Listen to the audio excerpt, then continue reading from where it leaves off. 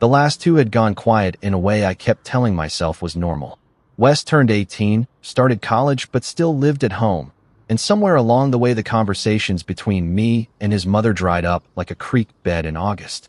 Evenings were separate rooms, separate screens, the occasional good night lobbed across the hallway like an afterthought. But that bracelet put a crack in the whole picture. Once I started looking, the details were everywhere. Joanne had started leaving the house too, sometimes 3 evenings a week, seeing a friend downtown, driving to Chattanooga to visit her sister Margot. She'd gotten more deliberate about how she dressed before heading out. Not dramatic, just sharper, like someone who cared what a specific person thought. And the phone had moved. It used to sit face up on the counter while she cooked. Now it lived face down, or tucked in her back pocket, or charging in the bedroom with the door half shut. A couple of days after the bracelet conversation, I was hauling the trash to the curb and spotted a small box in the bin. Stiff cardboard, lined with velvet, the kind that holds exactly one piece of jewelry. On the bottom, a sticker with a name and phone number. Not a chain store. A small artisan workshop on the south side of Nashville. I called the next morning from my office at the trucking yard, doors shut, coffee going cold on the desk. A woman answered, pleasant voice, small operation, you could hear tools in the background. I told her my wife had received a beautiful bracelet and I wanted to order a matching ring for our anniversary. Could she pull up the original order so the styles would line up? She found it in under a minute. Then I gave her my last name and said the order should be under that. She clicked a few keys, paused, and said no. That bracelet was placed under a different name. Victor Sims. Paid with his card, picked up in person. She wasn't trying to give anything away. She was just correcting what she thought was a simple mix-up. I thanked her, said I must have confused it with another purchase, and hung up. Then I sat there with the phone in my lap, staring at the wall behind my desk. Look, Victor Sims meant nothing to me. Not from my world, not from our circle, not from Joanne's work or any barbecue we'd ever hosted. A complete stranger. And somehow that hit harder than if it had been someone I knew, because it meant Joanne had an entire life running parallel to ours, and I hadn't caught so much as a shadow of it until a bracelet showed up on her wrist.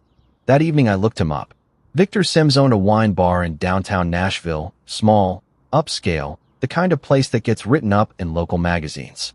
His Instagram was mostly bottles, cheese boards, and crowd shots.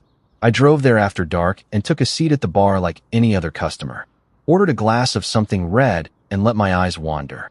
The walls behind the counter were covered with framed photos. Victor shaking hands with distributors, regulars raising glasses at Friday gatherings. And there, in the middle of the second row, was Joanne. Laughing, wine glass tilted at an easy angle, standing close enough to Victor that their shoulders nearly touched. I'll tell you what, I'd seen a lot of things I didn't want to see in 20 years of running trucks. But my wife's face on another man's wall hit different. I finished the wine, paid cash, and drove home. In the driveway, I pulled up the family navigation account. We'd shared location history for years without thinking twice. The bar's address appeared dozens of times over the past year. Wednesdays and Fridays, almost without exception. Every trip lined up with a night she'd told me she was visiting a friend or heading to see Margot. This wasn't a fling that got out of hand. This was over a year of a parallel life, maintained like a second job. The family phone plan was in my name, always had been. I logged into the account portal the next morning and pulled call detail for Joanne's line going back 6 months. Victor's number jumped out immediately. Long calls in the evenings, sometimes 40 minutes, sometimes over an hour. No surprise there. But then I noticed a second number. It showed up almost as often as Victor's, except the pattern was different. Short calls, 2 or 3 minutes each, scattered through the daytime. And they clustered in a way that made me sit up straighter. Almost every one landed right before or right after a call to Victor, like someone coordinating a schedule. I ran the number through a reverse lookup. Margot, Joanne's younger sister, down in Chattanooga. Now here's where it gets interesting. Margot had gone through a divorce about 6 months earlier. Her husband Glenn left what seemed like out of nowhere, at least in the version Joanne told me. She'd driven to Chattanooga a few times to help Margot through it, and I hadn't questioned a single trip. Sisters, divorce, emotional support.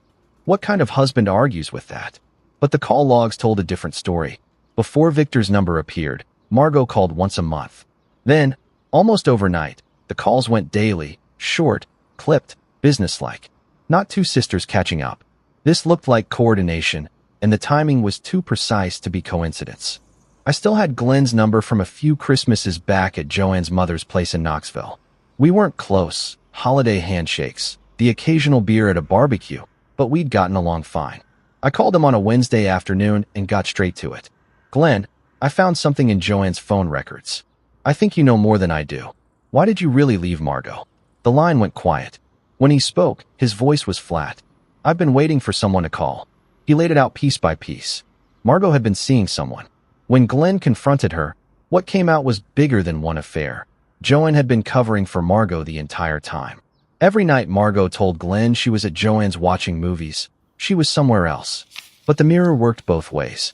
Every time Joanne supposedly drove to Chattanooga to comfort her sister, she was with Victor.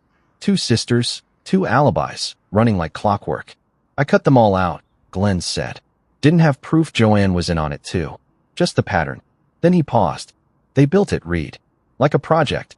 That last line sat in my chest like a stone. Not a mistake. Not a moment of weakness. A project.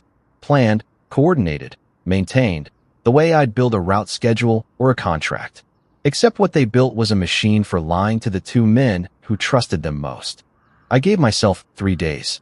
Not to grieve, not to drink, not to talk it out. 3 days to do what I'd spent 15 years doing. Solve a problem, step by step. Monday morning, I was sitting across from a divorce attorney before Joanne finished her first coffee at work. By noon, the paperwork was drafted, house divided in writing, joint account split, and the part that mattered most, the business sealed off. The LLC had been in my name since before the wedding, separate property from day one. The attorney confirmed Joanne had no claim on the company. Tuesday and Wednesday, I moved my things out while she was at the clinic. We'd been sleeping in separate rooms for over a year, so my clothes were in the guest closet, tools in the garage, paperwork in my office, nothing from her side of the house. Signed a lease on a 2-bedroom closer to the yard. Joanne came home both evenings and didn't notice a thing. She'd stopped looking at that house a long time ago. Then I dialed Margot and kept it to 1 sentence. I talked to Glenn. I know how your system worked. Details go to your attorney. I was betting she wouldn't warn Joanne, because admitting the arrangement meant their mother in Knoxville would find out. Conservative family, church every Sunday. For Margot, that was worse than anything Joanne faced. So she froze, saved herself, and left her sister in the dark. Friday evening, Joanne came downstairs in heels and a dress I didn't recognize, hair done, wearing perfume I never bought her. She grabbed her keys and tossed the line over her shoulder like she'd said it 1,000 times, heading to Margot's. Don't wait up. I was leaning against the kitchen island with my arms crossed. Didn't raise my voice, didn't step in her path. Tell Victor the first said hello at the bar. And give Margot my best, from Glenn. She stopped mid-step.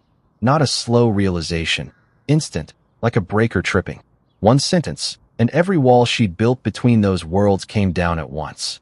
Victor, the bar, Margot, Glenn, 4 names she kept locked in separate drawers, and I just pulled them all open at the same time. She hadn't known I'd talked to Glenn. She figured even if I suspected something, the worst I could know was a name. But I knew the architecture, the sister alibi, the coordinated calls, the whole operation. I set the divorce papers on the counter beside her keys. Next to them, the key to my new apartment.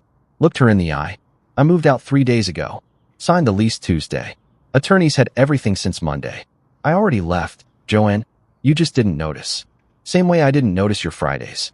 Joanne grabbed her phone before the papers stopped sliding across the counter. Called Margot. No answer. Called again. Voicemail. A 3rd time, same thing. Each unanswered ring landed a little harder, and I watched the moment she understood that Margot wasn't busy. Margot was gone. I'd gotten to her sister first, and Margot had done the math faster than Joanne ever could. If she picked up that call, it would chain them together in front of everyone. Their mother, the attorneys, the whole family. Margot declined the call, cut the line, and walked away. The first crack in a system that had run without failure for over a year, and it came from self-preservation, not conscience. Joanne tried Victor next. He answered, but the conversation was short, and I could hear enough from across the kitchen to know it wasn't landing well. To Victor, Joanne had been a woman who showed up on Fridays with a smile and a story about a distant marriage. He didn't know about the sister network, the synchronized alibis, the calls timed to the minute. Now he knew. And whatever he'd imagined their relationship to be, it was reshaping itself into something a lot less romantic and a lot more calculated. I picked up my jacket, walked past her, and drove to the yard. Friday shipment to sort, 2 drivers with schedule changes. The world doesn't pause because your wife's cover story fell apart. Saturday afternoon, I drove back to Victor's bar. The sign was dark, hours from opening, but the door was unlocked and I could see him inside wiping down the counter. I walked in, pulled out a stool, and sat across from him like I was ordering a drink. He looked at me the way people look at a situation they've been dreading since the night before. I didn't shout, didn't puff up. I told him one thing, and I said it the way I'd say it to a driver about to sign on with a bad outfit. She spent a year covering for her sister, while Margot tore apart Glenn's marriage. They ran it together, double alibis, coordinated calls, a schedule tighter than my dispatch board. You sure you know who you let into your life? I pushed the stool back and walked out. I wasn't there to fight for Joanne or threaten him. I was there so Victor would sit with one thought. The woman he'd been seeing had engineered a system of lies with her own sister and run it for over a year. If she could do that to a husband of 20 years, she could do it to anyone. The truck started on the first turn, and I headed for the yard. Contract with a furniture manufacturer in Murfreesboro on my desk, needed a signature by Monday. 12 rigs don't park themselves. The weeks after that Friday moved fast. Joanne moved in with Victor, not out of romance, but because she had nowhere else. The house went on the market within a month, my share locked in the paperwork. Every truck, every contract, every dollar of the business stayed where it belonged.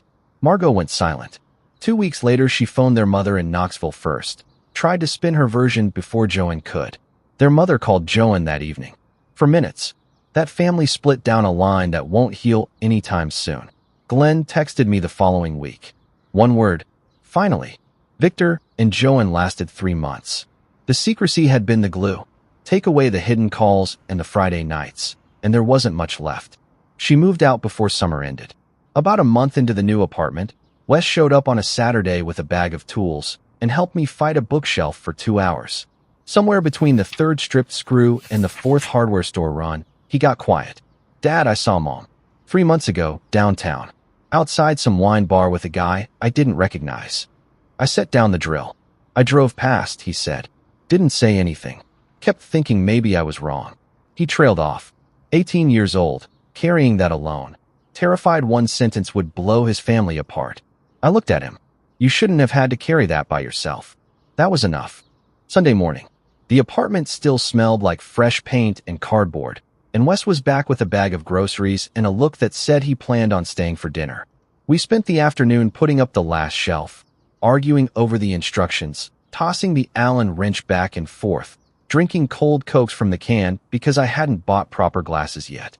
I reached into my duffel and pulled out a picture frame I'd kept at the trucking yard for years. Wes in his Little League uniform, 12 years old, mid-swing, the bat a blur. Joanne never knew it existed. It had always lived on the shelf above my desk at the base, not at home. The one thing she couldn't have touched or claimed or taken. I set it on the new shelf and stepped back. Wes saw it, shook his head and grinned. That evening I cooked while he chopped a salad, and we ate at a table with 2 place settings and no empty chair that needed explaining. Through the window, Nashville stretched out under a sky turning orange. My apartment, my kitchen, my son across the table, my life pointed in a direction I chose. The bracelet cost Victor a few $100s. It cost Joanne a marriage, a house, and a sister. And it gave me